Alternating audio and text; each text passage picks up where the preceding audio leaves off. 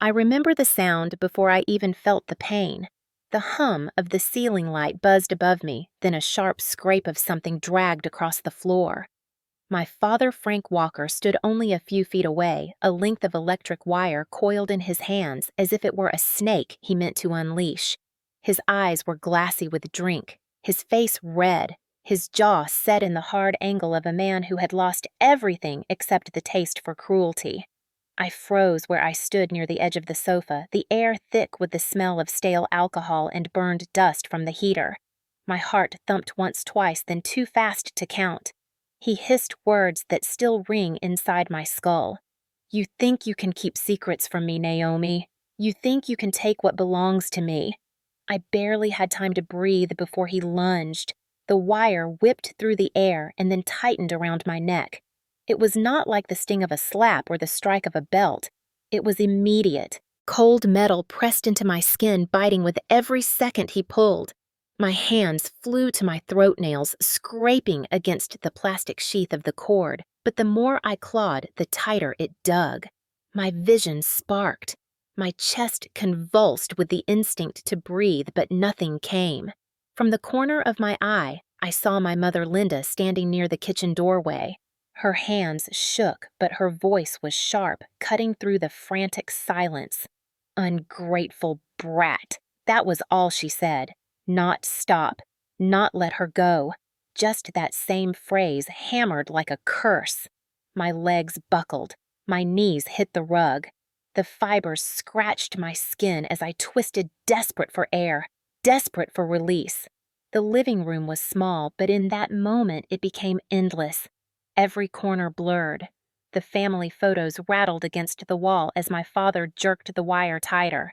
My brother Ethan leaned in the hallway doorway, arms crossed, a smirk tugging at his lips, as if this were entertainment, as if watching me gasp was a show designed for him. I reached for him once, hand stretching out, but he only shook his head and muttered something I could not hear over the roaring in my ears. My chest heaved, but no air moved. My lips opened and closed in silent pleading. My father's face hovered close, red with effort, the veins on his temple bulging. "You will respect me if it kills you," he growled, his breath sour with whiskey. My mother turned her face away, but her words kept coming. "Ungrateful brat! Ungrateful brat!" Every repetition cut deeper than the wire itself. I tried to scream, but only a rasp came.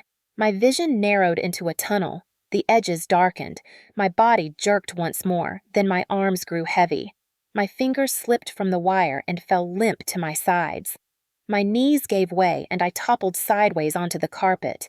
The wire loosened only when my father released it with a final shove, my body rolling until my cheek pressed against the cold floor. The world dimmed. I saw only flashes. Ethan's grin faltering.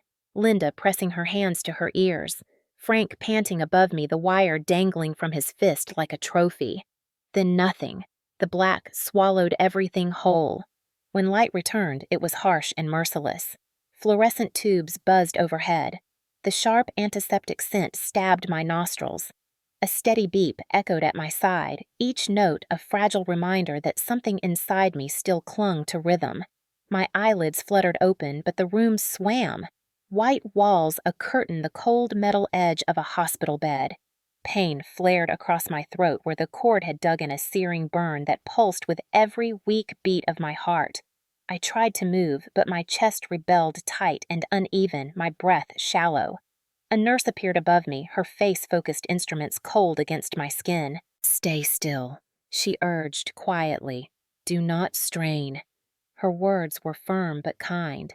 My lips parted. I tried to ask where I was to beg for help, but only a rasp slipped out thin as paper tearing. A shadow moved at the foot of the bed. A man in a white coat stepped forward, flipping through a chart. His voice was lower, heavier, as if weighed down by what he read. He did not speak to me at first. He spoke to the nurse. "Her vitals are unstable. The injuries are not consistent with a fall." Then his eyes shifted to mine. His gaze was steady grave, as though he wanted me to know he could see beyond the silence. Finally, he said the words that froze the room colder than any winter wind. "She might not survive the night." The sentence landed harder than the wire itself. I felt the weight of it crush into me. Might not survive. Not survive. The words echoed like a drumbeat inside my head. My breath caught and my chest seized pain radiating down my left arm. The nurse tightened the monitor straps and adjusted the oxygen. I heard the erratic beep jump, then falter, then climb again.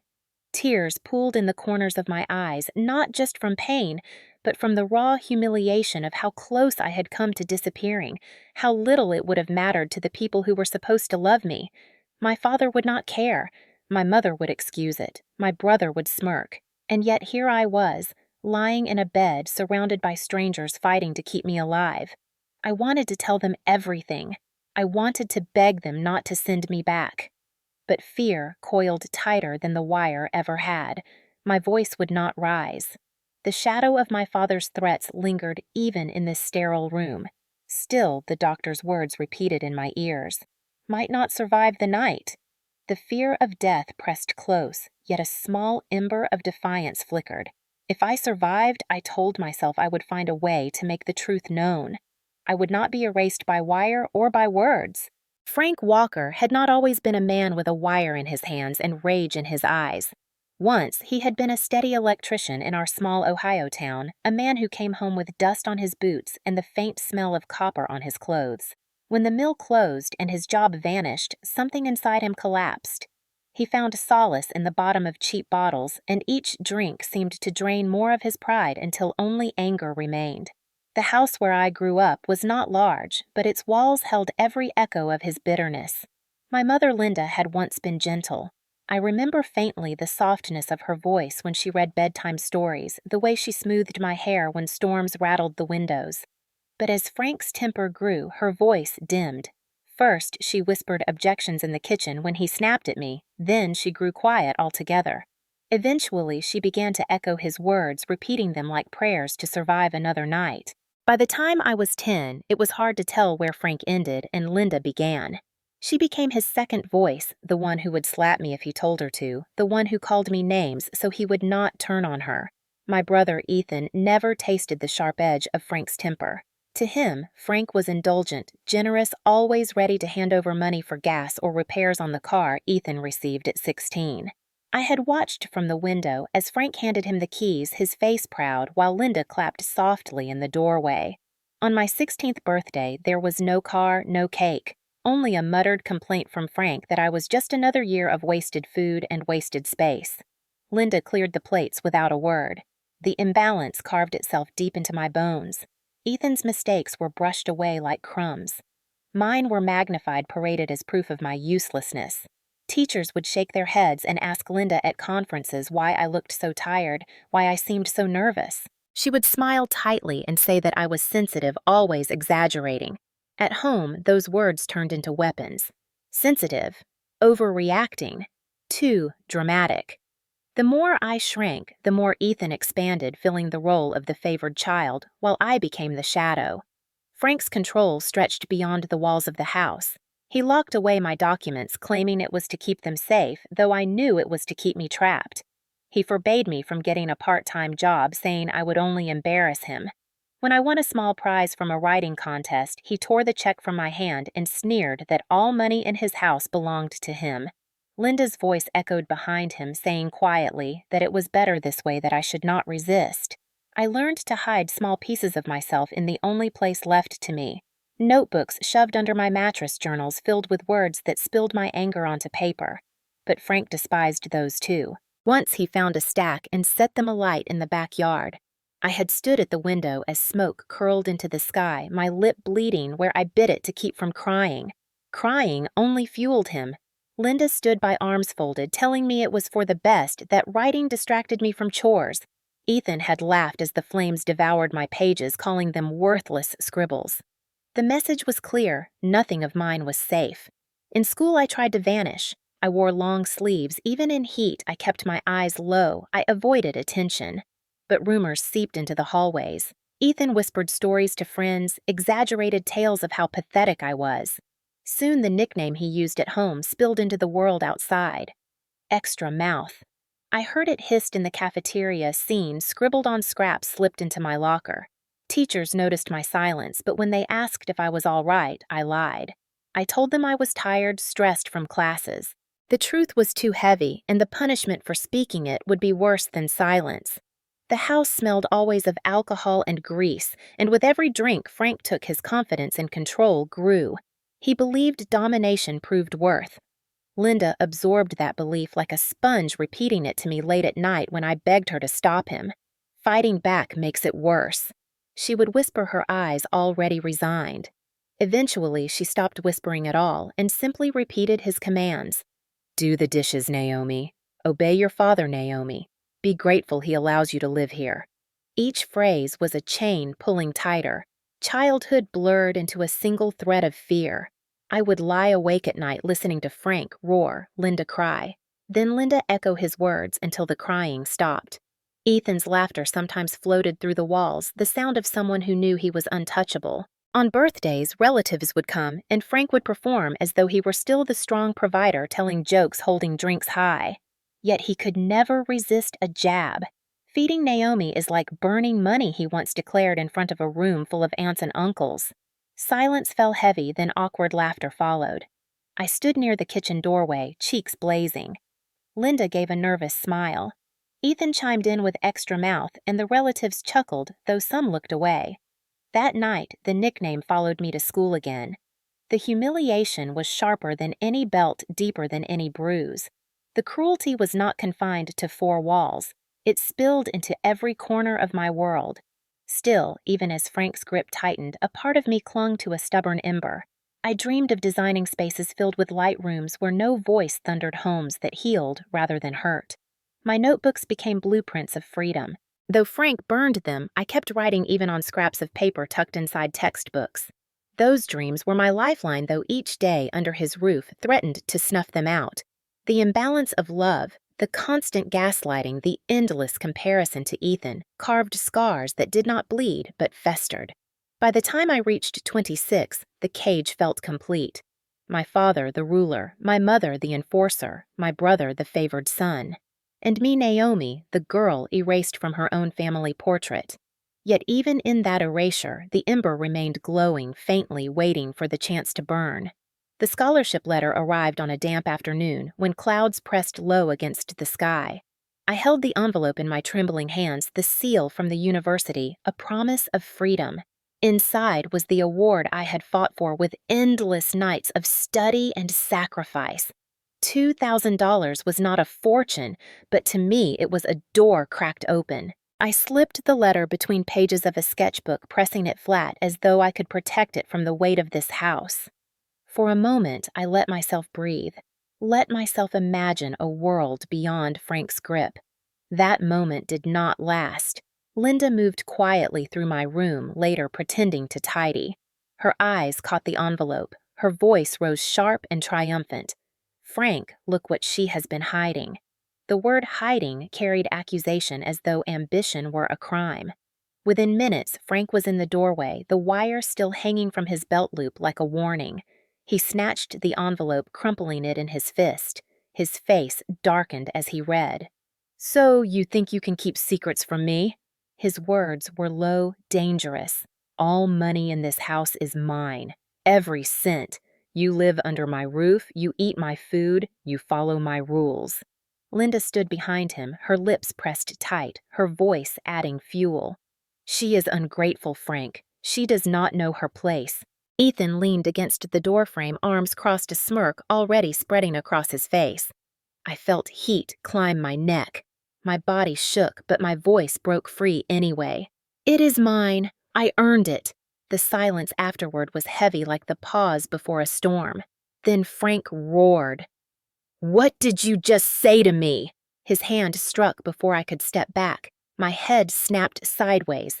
The taste of iron filled my mouth. Ethan chuckled, the sound sharp.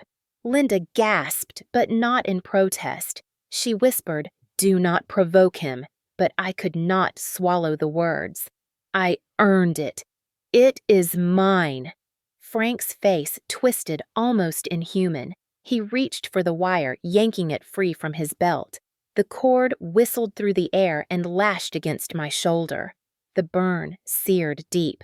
I staggered back, colliding with the counter, my sketchbook falling open, pages fluttering like broken wings. He advanced, each step heavy, each word louder. "You are nothing without me. Nothing." Linda's voice rose behind him, sharper than before. "Ungrateful brat." My knees buckled. I collapsed to the floor, palms scraping against linoleum.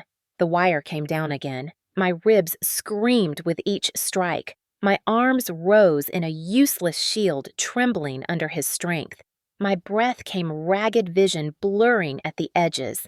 Ethan's laughter was low now, as though he relished every second. My father's rage thundered until it filled every corner of the house. The photos on the wall shook, glasses rattled.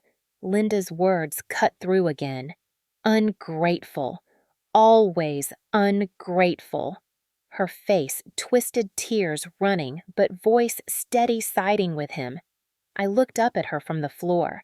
Disbelief sharper than pain. She was supposed to protect me.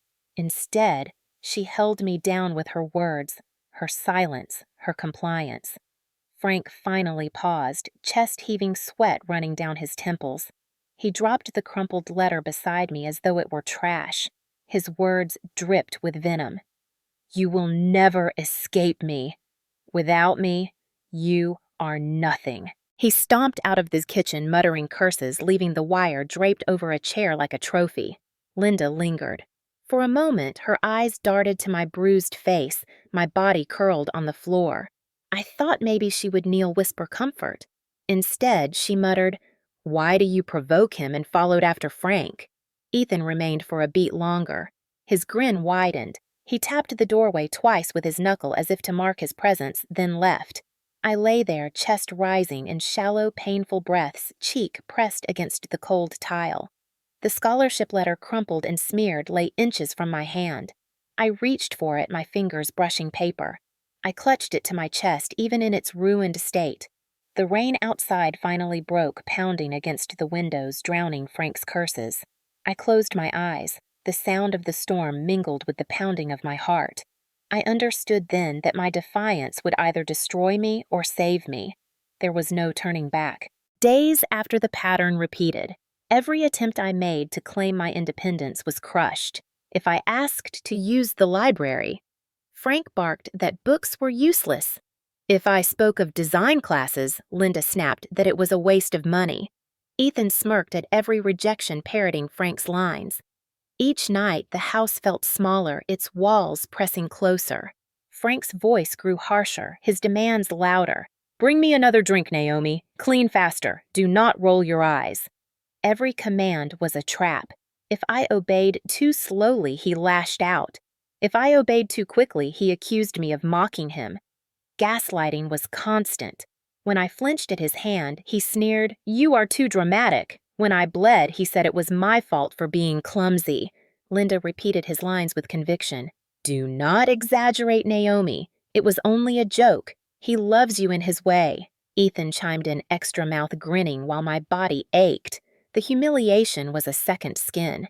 In front of relatives, Frank performed as a loving father. He bragged about Ethan's grades, even when they were poor. When I earned top marks, he said nothing, only muttered that women did not need education. Linda laughed along at his jokes. Ethan echoed them for friends.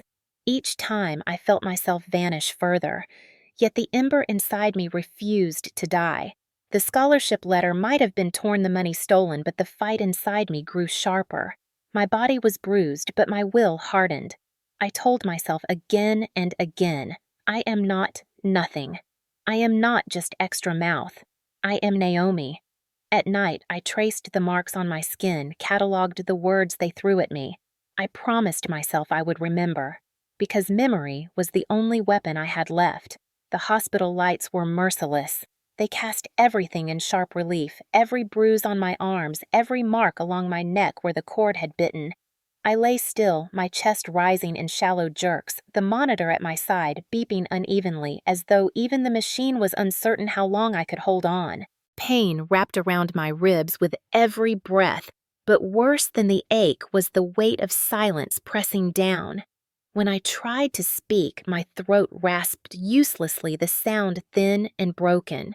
A nurse hovered near her eyes, flicking between the monitor and my face, lips pressed tight with unspoken worry. She adjusted the oxygen, her hands firm yet gentle, and urged me to rest. Across the room, a doctor entered, his white coat brushing against the curtain as he stepped inside. He was younger than I expected, but his eyes carried a gravity that told me he had seen too much. He scanned my chart, then looked directly at me. His gaze lingered on the marks circling my throat. He did not speak at first, but the tension in his jaw said enough. Finally, he turned to the nurse. "These injuries are not consistent with a fall." His words were low but deliberate, and though I barely breathed, I heard every syllable. My pulse leapt the monitor, betraying me with sharp beeps. My mother Linda stood stiff at the corner of the room, her arms crossed tight against her chest. She reacted before I could. She tripped down the stairs, the woman declared, her voice hard and rehearsed. "She has always been clumsy." The lie rolled off her tongue with chilling ease. The doctor's frown deepened. He glanced at me again, his brow furrowed. He asked quietly, "Is that true, Naomi?" His voice was gentle, but the question felt like a weight pressing on my ribs. I opened my mouth. I wanted to scream the truth, to tell him Frank had dragged the wire across my neck, that my mother had stood silent while it happened. But fear pressed harder than pain. The memory of Frank's roar, the sight of the cord, the taste of blood, all of it froze me. My lips moved, but the words that slipped out betrayed me. "Yes." My voice was so faint it was almost nothing. The lie tasted bitter, worse than the metallic tang of blood that still clung to my mouth. The doctor did not argue, but I saw it in his eyes. He knew. He scribbled in the chart, his hand steady, though his gaze flickered back to me, almost as though he was silently telling me that he would not forget. Linda exhaled in relief, her face softening for a heartbeat before tightening again. She repeated the lie for good measure. "She tripped. She always makes things harder than they are." The nurse's expression tightened, but she said nothing, duty chaining her silence. A police officer arrived later, uniform, crisp notepad ready. He asked routine questions. Again, Linda stepped forward first, her voice sharp, the same story spilling out with mechanical precision. I nodded weakly, playing my role, swallowing fear, with each confirmation. The officer looked at me as he closed his notebook, his eyes narrowing for a brief second, but he accepted the answer. He gave a polite nod and left. The moment the door clicked shut, my chest collapsed inward. Tears slid hot across my cheeks. My body ached with every drop, but I could not stop them.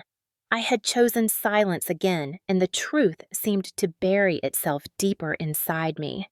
When the night grew late and the room dimmed, Linda left to make a phone call. I was alone with the steady hum of machines.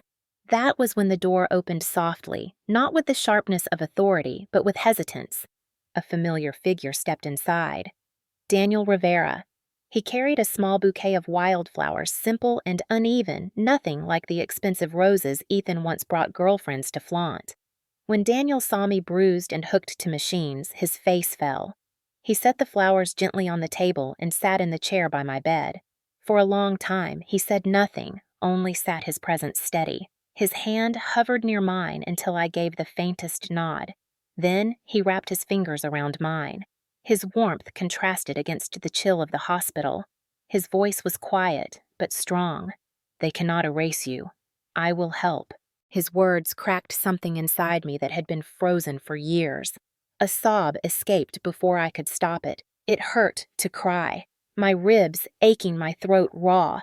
But it was the first time someone had promised to stand with me. The ember inside me flared small but alive.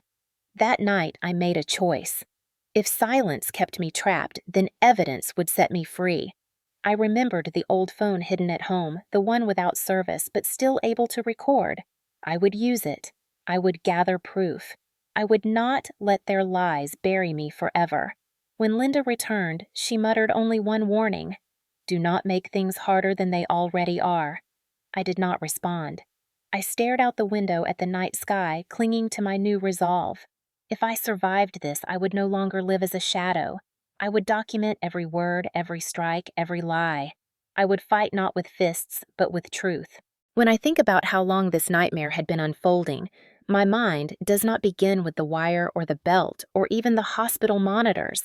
It begins years earlier in the smallest cruelties that seemed ordinary until they carved themselves into my skin. I was 10 when the first punishment left a mark that lasted weeks. I had knocked over a glass in the kitchen, water spilling across the counter. Frank's face twisted with disgust as if I had shattered something priceless. He reached for the nearest cord, a piece of extension wire coiled near the counter. He yanked it free and brought it down across my back. The sting exploded through me, the welt rising instantly. I gasped my hands, scrambling to cover myself, but he swung again. "You waste everything," he barked. "You cannot do anything right." Linda stood near the sink, her hands fluttering as if she might intervene. But then her eyes fell and she muttered, "Just listen to him, Naomi. Do not make him angry." I remember running to my room that night, curling under the blanket, the marks burning. I pressed my face into the pillow to muffle the sobs. Through the thin walls, I could hear Frank's voice booming Linda's softer tones, blending until I could not tell whose words were whose. At school, I wore long sleeves, though the heat pressed against the windows. Teachers asked if I was sick, and I forced a smile. I was just tired. Always tired. By the time I reached 13, the words had begun to cut deeper than the blows. Frank laughed with a neighbor once and said, "Feeding Naomi is like throwing money in the trash." He repeated it often enough that it became a family joke. Linda smirked at the phrase. Ethan repeated it with glee. Extra mouth, he called me, first at home, then outside. Soon, whispers followed me through hallways, snickers from classmates. Teachers saw the way I shrank, but did not know the truth. I told no one. The humiliation clung tighter than bruises. It was as though my identity had been stolen, replaced by a label I could not shake. Birthdays reminded me of my place. When Ethan turned 16, he was given a car keys pressed into his hand with pride. Relatives clapped, neighbors congratulated him. When I turned 16, Frank grunted another year wasted, and Linda cleared the plates in silence. There was no cake, no celebration, just the heavy air of dismissal. Ethan bragged about his freedom driving past the house with friends, music blaring. I watched from the window, envy and sorrow tangling inside me. At school, my grades soared because studying was the only way I could carve a path out. But at home, each achievement was diminished. When I won a small writing contest, Frank ripped the check from my hands. "Money belongs to me," he snapped. Linda whispered in the kitchen later, "It is easier not to resist." Her words were meant as comfort, but felt like shackles. I retreated further into writing. My notebooks became sanctuaries where I built imaginary rooms filled with light spaces where voices did not thunder and hands did not strike. But Frank despised them. One evening, he discovered a stack under my mattress. He dragged me outside, forced me to watch as he lit a match. The flames consumed my words, curling pages into ash. I bit my lip until it bled, holding back tears because tears only made him stronger. Linda stood by, arms crossed, saying it was for the best. Ethan laughed, mocking my scribbles. I felt erased, my voice stolen before it could grow. By 15, the control tightened. Frank locked away my social security card and ID, saying he would keep them safe. Really, he used them to keep me trapped. He forbade me from working, claiming I would embarrass him. I was expected to clean, cook, obey. Every request was met with suspicion, every question turned into defiance. Gaslighting became routine. If I flinched, he called me dramatic. If I bled, he said it was clumsiness. Linda echoed, "He is right, Naomi. You are too sensitive." The cycle was endless, grinding me down until I questioned whether they might be right. Yet the ember inside me did not die. Even in humiliation, I scribbled on scraps of paper, hiding them deep in textbooks. I designed rooms with windows so wide the light poured through. I imagined walls painted in colors that did not bruise. Those fragments were lifelines. Still, the cruelty extended beyond home. Once Frank hosted relatives, filling the living room with laughter and drinks. He leaned back in his chair, eyes gleaming, and announced, "Feeding Naomi is like burning money." Silence followed, then forced chuckles. Linda gave a small laugh, nervous but complicit. Ethan added extra mouth, and relatives joined in with uneasy laughter. I stood frozen with a tray in my hands, cheeks burning. My body wanted to run, but my legs locked. Afterward, I slipped outside into the yard, leaning against the porch railing, tears stinging my eyes. Inside, their laughter roared. Outside, I was alone. The nickname followed me to school again, scribbled on notes whispered in hallways. Teachers noticed my silence, my hunched shoulders, but never pushed far. I lied, said I was fine. The truth felt impossible to voice. What would they think if I told them my father used cords as whips? My mother called me worthless. My brother joined in mocking me. Who would believe me? I carried the weight silently. At 17, Ethan crashed his car and Frank covered the costs without question. When I asked for a pair of new shoes because mine were worn through, Frank barked that I should be grateful I had anything at all. Linda repeated him reminding me that food and shelter were already generosity. Ethan snickered from the couch, muttering extra mouth. Each time I thought I might break, each time I wondered if I should give up, the ember flared again. I clung to it stubbornly. My words matter, I told myself, even when no one listened. My dreams matter even when they burned my notebooks. They could try to erase me, but somewhere deep inside I believed one day the truth would surface. Looking back, I see how carefully the cage was built. Frank the ruler, Linda the enforcer, Ethan the favored son, and me the scapegoat. My childhood was not a string of ordinary days, but a single thread of fear and invisibility. Yet even within that thread was a spark that refused to die. And it was that spark, fragile but fierce, that carried me into the storms still to come. Hope came quietly slipping into my life when I least expected it. It was not a grand rescue or a dramatic revelation. It was a single familiar face at a moment when I thought no one could possibly see me. I had just started classes again at the community college, scraping together enough through small scholarships and leftover aid to keep attending. It was the only place where I felt like Naomi, and not just the extra mouth. One afternoon in literature class, the professor asked us to share our short stories. My hands shook as I held my paper heart pounding with the fear of ridicule. When my voice faltered, I heard a low whisper from the seat beside me.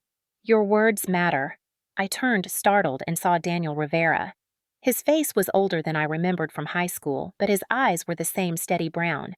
He had been the quiet one back then, always sketching in notebooks. Now he leaned slightly toward me, his expression calm, encouraging me to continue. Somehow I did. I read through the end, my voice trembling but unbroken.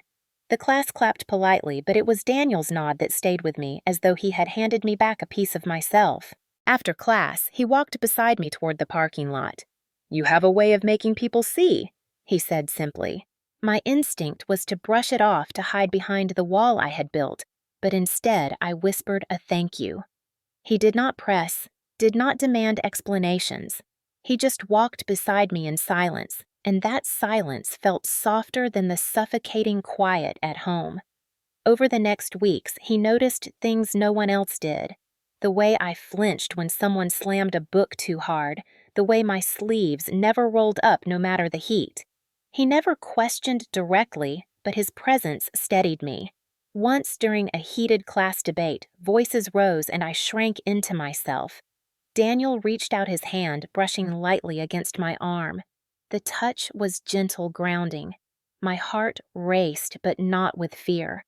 For the first time in years, I felt safe, if only for a moment. That fragile sense of safety became my lifeline. At home, Frank's voice still thundered. Linda still echoed. Ethan still smirked. But tucked in the back of my mind was the memory of Daniel's words. "Your words matter." It gave me courage to keep scribbling late at night, even if only in secret. It reminded me that beyond the suffocating walls of the house, there was a world where kindness existed. Around that time, another unexpected ally stepped into my orbit. Evelyn Carter had lived next door for years, a widow who kept to herself. I had always seen her tending her garden gray hair, tied back hands steady, even as age creased her skin. She rarely spoke beyond polite greetings. But one summer evening, Frank's voice rose louder than usual, rattling the windows. He accused me of being ungrateful, of stealing from him, of thinking I was better. His words were thunderous, echoing across the yard. My knees scraped against the dirt as he shoved me, his hand clamped around my arm. That was when I heard another voice, sharp and firm. "Frank Walker, stop this right now." My head jerked up. Evelyn stood at the fence, her hands gripping the wooden slats, her eyes fierce. "Call it what you want," she said, "but if you keep this up, I am calling the police." For a moment, even Frank froze. His face darkened, his words slurred. "Family matter," he growled. "Shut your mouth!" Evelyn did not flinch. Her chin lifted. Her eyes stayed locked on his. Then Frank released me with a shove, muttering curses as he stomped back toward the house. My palms bled, my knees throbbed, but my heart pounded for a different reason. Someone had seen. Someone had not turned away. Evelyn's gaze softened as it met mine. She did not smile, but she slipped a folded piece of paper through the fence. "Call me any time," she said, her voice low but steady. Then she turned and walked back to her porch, leaving me clutching the slip. That night, I unfolded it under the dim light of my lamp, a phone number written in careful script. Underneath, 4 words: "You are not alone." Tears stung my eyes as I pressed the paper to my chest. It did not erase the bruises, did not silence Frank's threats, but it cracked open the cage. For the first time in years, I felt a fragile lifeline stretch beyond the walls. I did not call, not yet. Fear still anchored me, but I carried the paper everywhere, tucked in my journal, hidden in my pocket. Outwardly, nothing changed. Frank barked orders, Linda repeated, Ethan mocked. Inwardly, I held tight to 2 anchors, Daniel's quiet encouragement and Evelyn's bold defiance. At school, Daniel sometimes joined me in the library.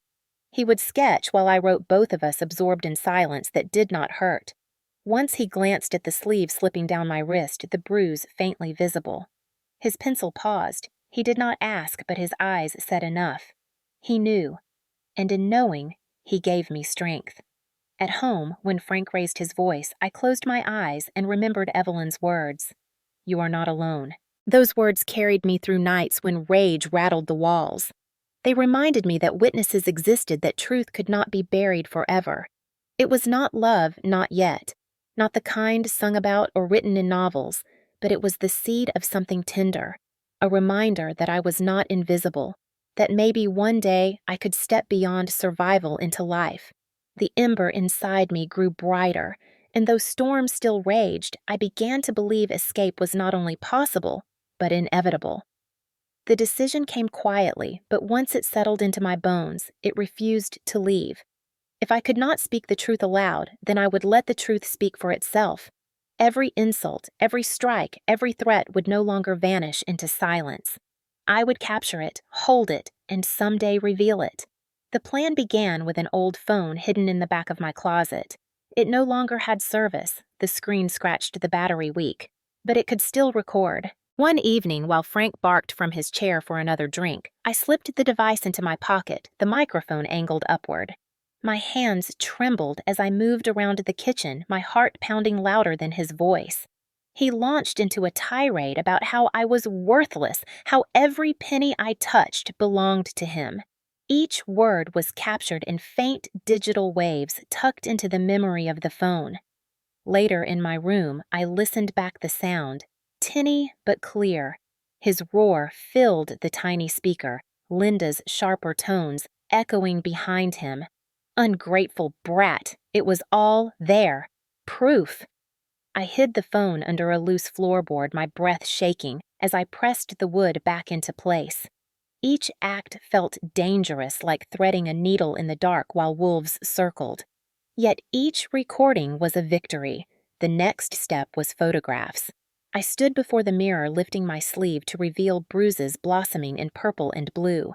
I raised my shirt to expose ribs striped with welts. My fingers shook as I clicked the button, the flash bright against the dim room. I saved each image on a small memory card, labeling them with dates.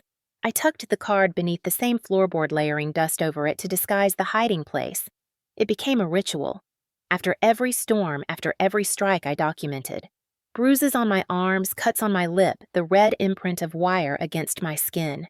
The photos piled up silently, a growing archive of truth. Daniel's quiet support gave me courage to continue.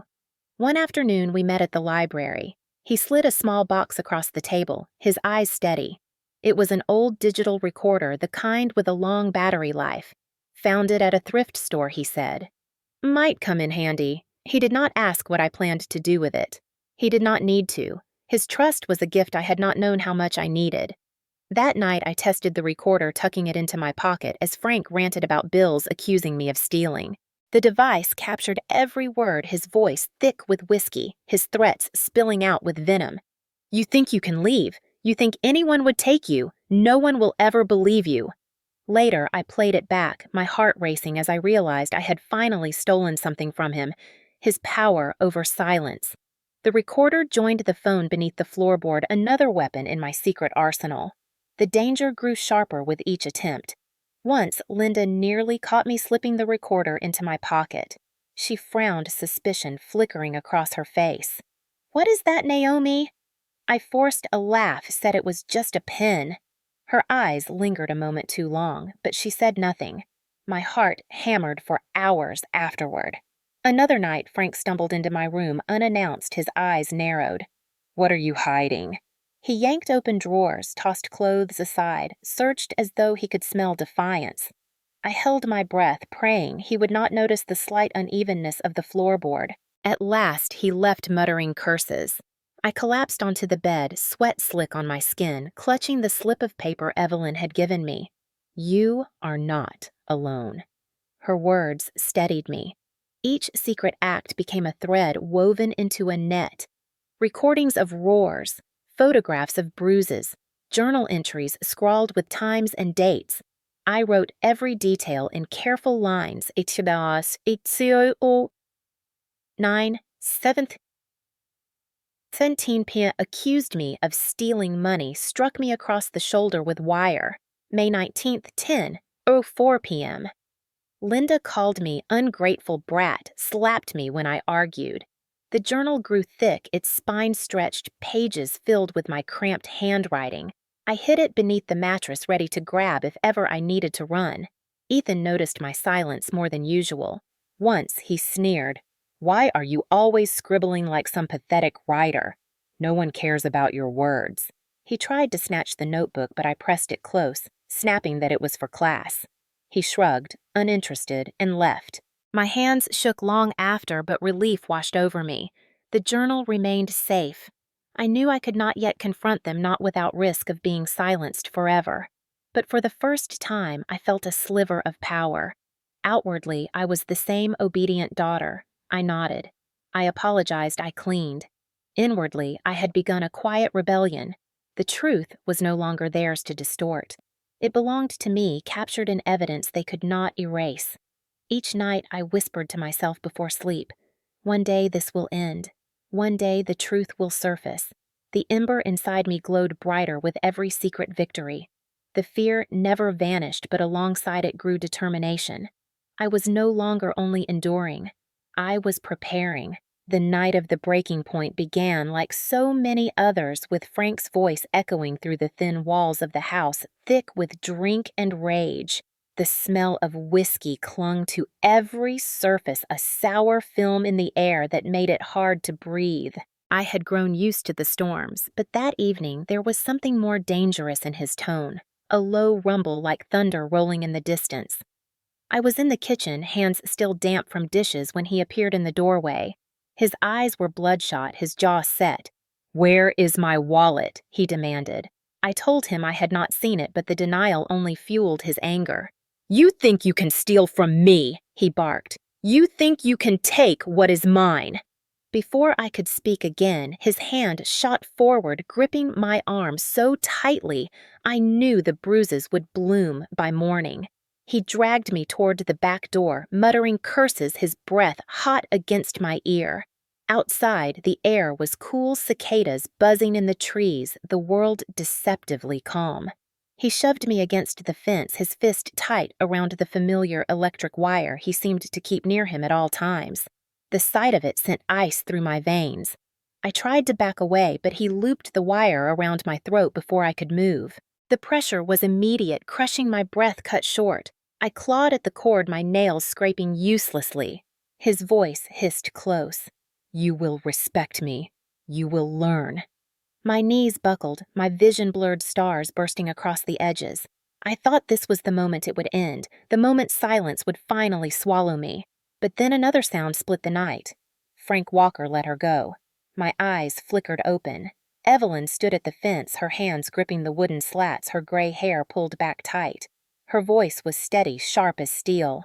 "I am calling the police right now," she said. Frank froze for the briefest moment, his grip loosening just enough for air to scrape into my lungs. His face twisted with fury. "Family matter," he growled. "Stay out of it." Evelyn did not move, her chin lifted. Her eyes stayed fixed on him. Her presence was unyielding, a wall he could not intimidate. The wire slackened further as Frank turned toward her, his words a torrent of curses. In that instant, I slipped a trembling hand into my pocket. The small USB drive loaded with recordings and photographs pressed against my fingers. My chance.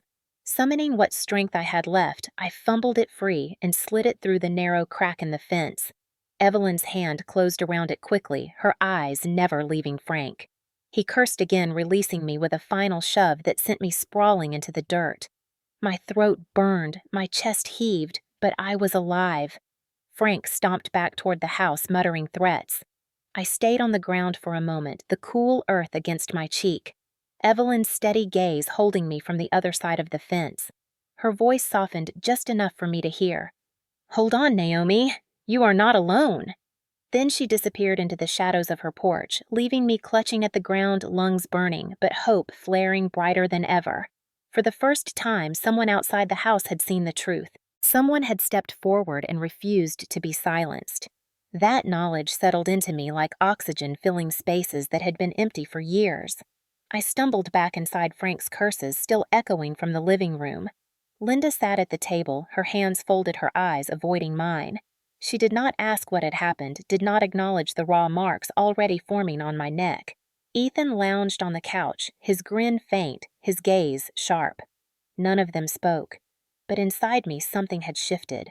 The cage had a crack, and through it light had begun to seep.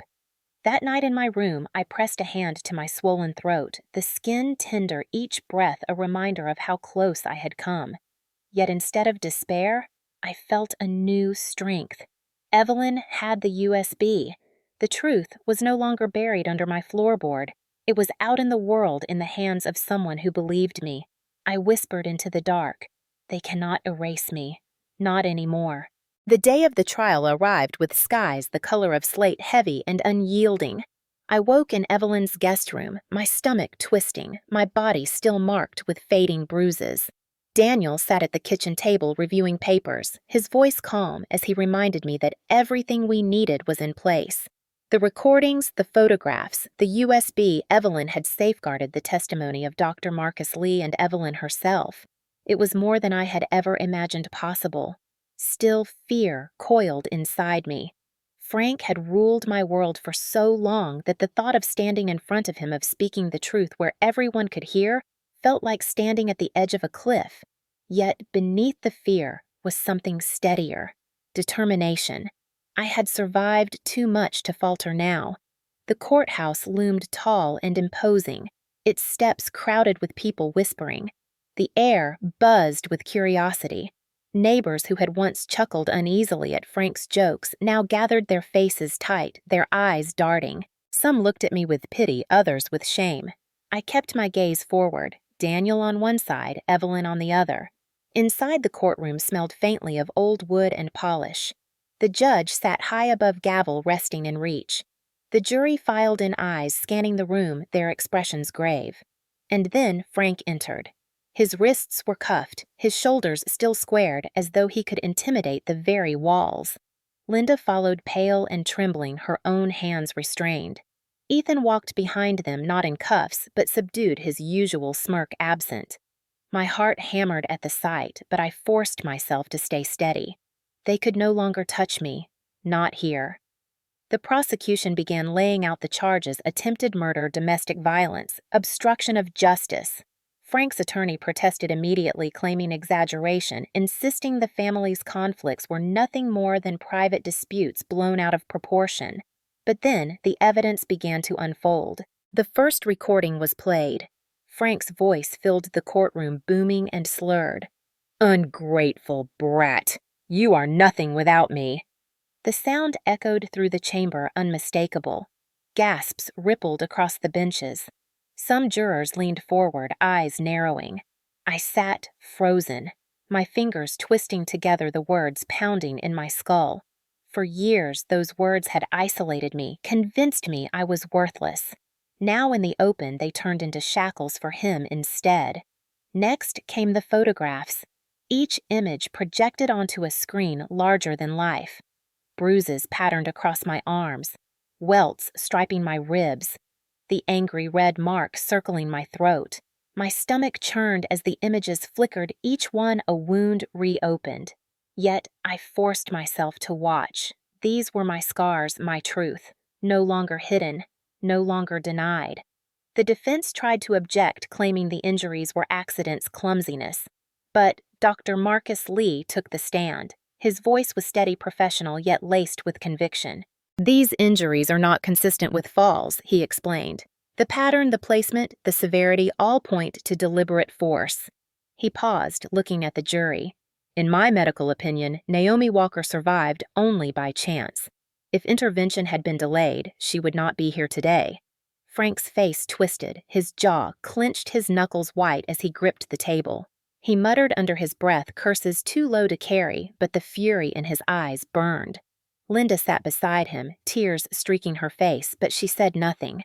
Her silence, once a shield, now looked like complicity. Then Evelyn took the stand. She walked with careful steps, but her back was straight, her eyes unwavering. She recounted what she had witnessed that night by the fence, her voice calm but cutting.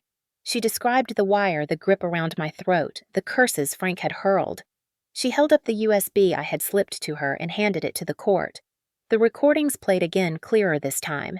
The roar of Frank's threats, Linda's voice echoing behind him, Ethan's laughter faint in the background, every detail preserved.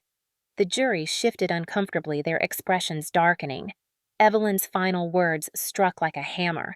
"I could not stand by while a neighbor's child was nearly killed. The truth had to be seen." Daniel followed, testifying about the recorder he had given me, the journals I had filled. His words were measured, his tone steady, but his eyes found mine across the courtroom, giving me strength. He described the bruises he had seen, the fear I carried, the evidence we had collected together. His testimony was the thread that tied everything into a web too strong to ignore. Finally, it was my turn. My knees trembled as I walked to the stand, the wooden rail cool against my palms. The oath felt heavy, but I spoke it clearly.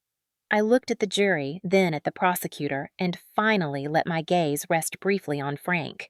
His eyes were blazing, daring me to falter. I did not. I told them everything. The years of insults, the constant gaslighting, the punishments with cords and belts. I told them about the notebooks burned in the yard, the stolen scholarships, the silence forced upon me. My voice shook at times, my throat tight, but I pressed on. When I described the night he wrapped the wire around my throat, I could feel the phantom pressure, the terror flooding back, but I finished with words I had never dared to say aloud before. He tried to erase me. He almost succeeded, but I am still here. The defense scrambled, trying to paint me as unstable, dramatic, a child, exaggerating ordinary discipline, but the evidence was undeniable. Each attempt at dismissal only made them look desperate. When Linda was called, she faltered. At first, she repeated the lies. She tripped. She is clumsy. But under the weight of recordings and photographs, under the steady gaze of the jury, her shoulders slumped. Tears streaked down her face as her voice broke. "It is true. Everything she said is true." Gasps filled the room. Frank exploded, shouting that she was weak, that she had been brainwashed. The judge's gavel struck sharply, ordering silence, but the damage was done. Linda's admission sealed the case. Ethan was questioned next. He squirmed in the witness box, his bravado stripped away. He admitted to hearing the fights, to seeing the bruises, to mocking me even when he knew the truth. The prosecutor pressed harder. "Why did you never intervene?" Ethan's eyes dropped. "Because he would have turned on me." His voice was small, ashamed. The jury listened to their expressions cold. Silence followed, heavy and damning. The defense had little left. Frank sat rigid, his jaw tight, his glare fixed on me, but his voice no longer carried the weight it once had. The jury had seen too much. They had heard too much. The trial drew to a close. The prosecutor's final words rang clear. "This is not a case of family quarrels. This is a case of control of violence, of attempted murder. Naomi Walker has carried the truth alone for years. Today, that truth is undeniable." The jury filed out the room, hushed. Minutes stretched into hours, though in truth it was less than one. When they returned, the foreperson stood papers trembling slightly in his hands. "On all counts, we find the defendant Frank Walker guilty." The words reverberated through the chamber. A rush of sound followed. Gasps, murmurs, whispers. Frank shouted, lunging forward, but officers held him back, cuffs snapping tighter. His curses filled the air, but they no longer mattered. The gavel struck again, sealing the verdict. Sentencing followed swiftly. Frank received 18 years in prison for attempted murder and felony domestic violence. Linda received 6 years for obstruction and complicity.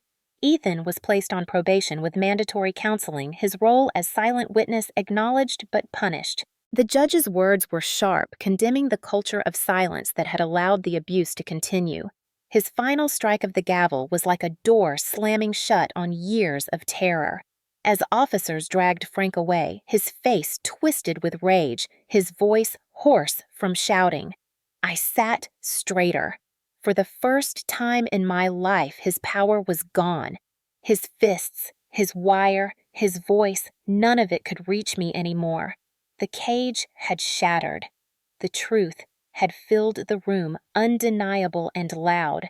I glanced at Evelyn, her eyes steady. At Daniel, his nod firm. At Dr. Lee, his gaze kind. The ember inside me, once small and fragile, blazed. I had been heard. I had been believed. And justice, long denied, had finally stepped into the light. The day after sentencing, the world felt different, lighter in a way I had never known. The air outside the courthouse was crisp, the sky clear. The sound of people murmuring around me no longer carried the weight of judgment, but of recognition. Reporters scribbled notes, cameras flashed, and yet for the first time I did not feel like prey under a spotlight. I felt seen in a way that affirmed my existence rather than erased it. Frank Walker was behind bars, stripped of his bluster, confined to a cell where his rage could harm no one. Linda, too, had been taken into custody, her silence and complicity no longer invisible. Ethan walked out with his head-low probation and mandatory counseling hanging over him like a mirror he could not avoid. I left the courthouse not as the girl hidden under bruises, but as a woman carrying proof that truth could prevail. Evelyn walked beside me, her hand steady on my arm, a gesture more maternal than anything Linda had offered in years.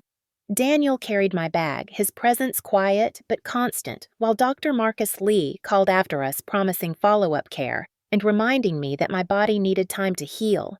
But healing was more than physical. It was learning to trust that the world beyond my father's shadow existed. Evelyn opened her home to me without hesitation.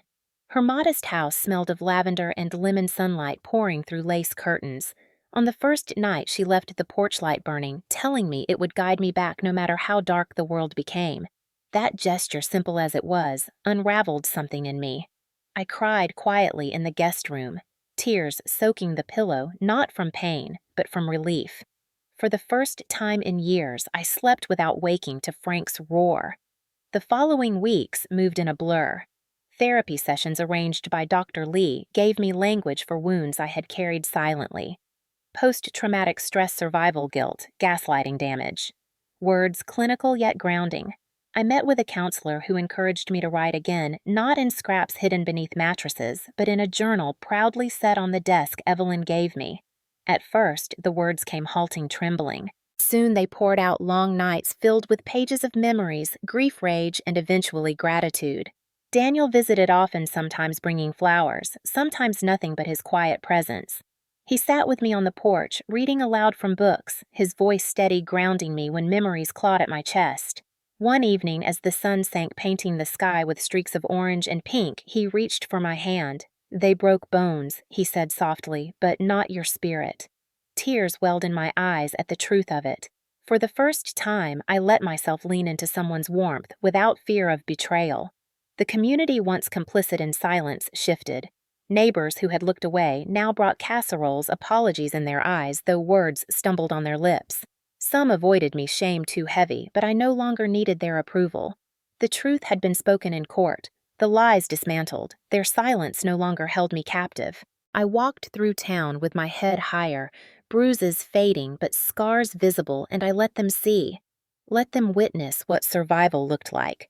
Months passed, and sentencing day for Linda and Ethan arrived. In the courtroom, Linda wept, her voice breaking as she apologized. Whether it was remorse or self-preservation, I could not tell. The judge handed her 6 years. Ethan, pale and shaken, received probation and counseling. He avoided my gaze, his usual smirk gone. For once, he looked small. I did not feel satisfaction, only release. The cycle of favoritism and cruelty had ended. They could no longer dictate my worth. I focused on building something beyond survival. With Evelyn's encouragement, I began sharing pieces of my story online anonymously at first. I started a blog, writing late into the night, words flowing like water long dammed. At first, only a few people read. Then more came, leaving comments, survivors sharing their own stories. "Thank you for speaking," they wrote. "Thank you for proving we are not alone." Each message reminded me that my pain could transform into purpose. My voice, once mocked and silenced, now connected me to others. Dr. Lee continued to support me, not just medically, but with patient encouragement. He celebrated small victories with me: the first night I slept without nightmares, the first time I walked past the old house without trembling. He reminded me that healing was not linear, that scars carried stories, but did not define the future. Evelyn remained my anchor. Her porch became a sanctuary where Daniel and I often joined her for tea, laughter weaving into evenings that once would have been drowned in shouting. She told me stories of her late husband, of resilience through her own hardships, teaching me that strength could be gentle and enduring. The blog grew steadily. Journalists reached out, intrigued by my writing. Eventually, I revealed my identity, publicly standing firm in my truth. The response was overwhelming. Survivors across the country wrote letters thanking me for giving voice to what they had endured. Some were my age, some older, many part of the same audience who would later gather to hear me speak. For the first time, I saw my words not as wasted scribbles, but as sparks of change. One evening, months after the trial, I was invited to speak at a local community center. The room was filled with faces, many older, many carrying quiet pain. My hands shook as I stepped to the podium, but when I looked at Evelyn, Daniel, and Dr. Lee in the front row, my voice steadied. I told them about the wire, about the years of being erased, about the silence that nearly killed me. And then I told them about survival, about evidence, about the power of truth. "They tried to erase me," I said, "but today I am heard." The room erupted in applause, not polite but thunderous, and I knew then that the ember I had carried all those years had become a flame. Time softened the sharpest edges of memory, but scars remained. Some nights the shadows pressed closer, whispers of Frank's voice echoing. But I learned to breathe through it, to ground myself in Evelyn's words, "You are not alone." I found purpose in mentoring others, guiding young women through the process of documenting abuse, encouraging them to trust their voices. Daniel remained by my side, his quiet strength steady as ever. Our bond deepened into something neither of us named quickly, but both felt.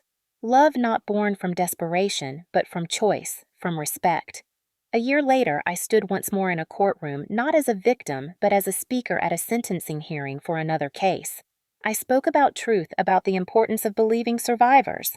Reporters scribbled, cameras clicked, but I spoke for myself and for those still hidden in silence. As I left, I realized justice had become more than my personal victory. It had become a mission. On the anniversary of the trial, Evelyn and I planted flowers in her garden, bright blooms where shadows once lingered. Daniel brought tea and we sat together as twilight fell. I opened a notebook, fresh pages unburned, and began writing a new story. Not one of survival alone, but of healing, of rebuilding, of creating spaces filled with light. When I looked back on the journey, the image of the wire still haunted me, the pressure around my throat, the hiss of Frank's voice, the echo of Linda's betrayal. But I no longer felt crushed by those memories. Instead, they had become reminders of resilience. They tried to strangle my spirit, but they failed. They tried to erase my voice, but it grew louder. They tried to trap me in silence, but I found a way to speak. As the porch light glowed and the night deepened, I knew with certainty that the story no longer ended with violence. It ended with justice, with healing, with the promise of a future where my words mattered, where I was no longer invisible, where I would never again be erased.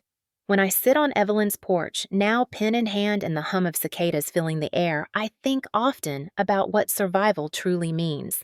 For years, I believed survival was just making it through another night, another round of shouting, another strike of wire or belt.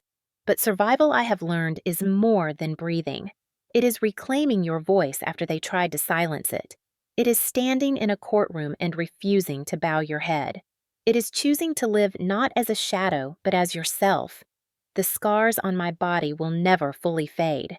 Sometimes when I catch my reflection in a mirror, I see the faint line around my throat and memory presses close. Yet instead of shame, I feel strength. That line tells a story not of defeat, but of defiance. It reminds me of the moment I chose to fight with truth rather than silence. It reminds me that even when my father tried to choke the life out of me, the ember inside me would not die. Healing has not been simple. Nights still come when sleep is restless, when whispers of the past rattle the edges of my mind. On those nights, Evelyn sits with me, her hand steady, reminding me that the porch light is always on. Daniel reads softly, his voice anchoring me back to the present. Dr. Lee checks in, reminding me that bodies and hearts alike take time to mend. I do not carry the weight alone anymore, and that more than anything is what healing has taught me. We are not meant to heal in silence. We are meant to heal together. To those listening, especially those in their later years who may believe the past is fixed and unchangeable, I want to say this: the truth does not expire. The wounds of family betrayal, of violence, of erasure may linger, but justice and healing can still bloom, no matter how late it comes. If you carry scars hidden under long sleeves or silence, know that you are not alone. If you once believed your voice did not matter, let my story remind you it does. They tried to define me as ungrateful, as worthless, as an extra mouth to feed. Today, I define myself as survivor, as truth teller, as woman rebuilding her life with purpose. And you listening have that same power. You can choose to reclaim your voice no matter how long it has been silenced. You can choose to let go of the lies they told and replace them with the truth you know in your bones. Evelyn's porch has become a symbol for me, a place where light shines through darkness, where neighbors step forward rather than turn away. I hope each of you finds your own porch light, your own community that refuses to let you remain invisible. And if you cannot find it, I hope you become it for yourself and for others.